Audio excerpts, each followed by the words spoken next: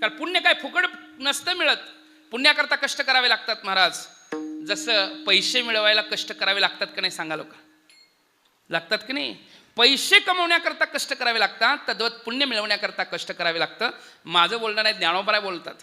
सायासे पुण्य अर्जिजे परी संसारू का अपेक्षिजे परी नेनती काय की जे अप्राप्त देके. पुण्य कष्टानं कमवलं जातं आणि पण कष्टानं कमवलेल्या पुण्याच्या द्वारा मला प्राप्त करायच्या ऐवजी स्वर्गाधिकांची अभिलाषा. त्यामुळे स्वर्गातलं सुखाचा अनुभव घेतात, पण मग त्या पुण्याची पावटी सरे. स्वर्गातलं वर्णन भरपूर आहे बरं का. ते तोम भोक्तो स्वर्ग लोकम विशालम क्षणे पुण्यमृत्य लोकम शते एवं त्रयी धर्म मनुप्रपन्ना गदागदम काम कामाला. ऐरावती सारी केवहान नाही का, सामान्य नाही.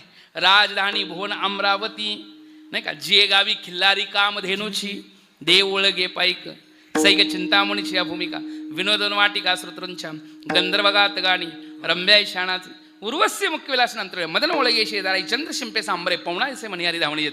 ज्ञानेश्वरीमध्ये वर्णन केले स्वर्गाचं रूप आहे. त्याला शास्त्रीय परिभाषेमध्ये म्हणतात यन्न दुःखेन सम्यन्नम नचग्रस्तम अनंतरम. ज्याच्यामध्ये दुःखाची प्रती मानता येत नाही अशा प्रकारचं स्वर्गाची रूपता आहे. असा जो स्वर्ग आहे त्याची अभिलाषा करणारी जे लोक आहेत त्या दिशेने जात असतात, त्या दिशेने जातात. पण संत भक्त मात्र त्या दिशेची इच्छा करत नाहीत. जे विषय असतात ते त्या अवस्थेमध्ये. पण त्याच्या पुढे जाऊन एक जिज्ञासू असतो की ज्याला स्वर्गाधिक सुखाच्या अभिलाषा अजिबात नाही, त्याच्याबद्दलचं ज्ञान झालेलं आहे, विवेक झालेला आहे.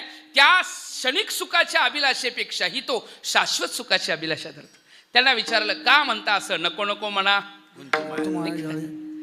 का असं म्हणता, का असं म्हणता. जर असा प्रश्न केला, नको नको म्हणा नाही का, विषयाचे सुख नको नको असं का म्हणता, असा जर प्रश्न केला तर त्यांचं उत्तर काय, पाहत्या रावणा काय झाले, पाहत्या रावणा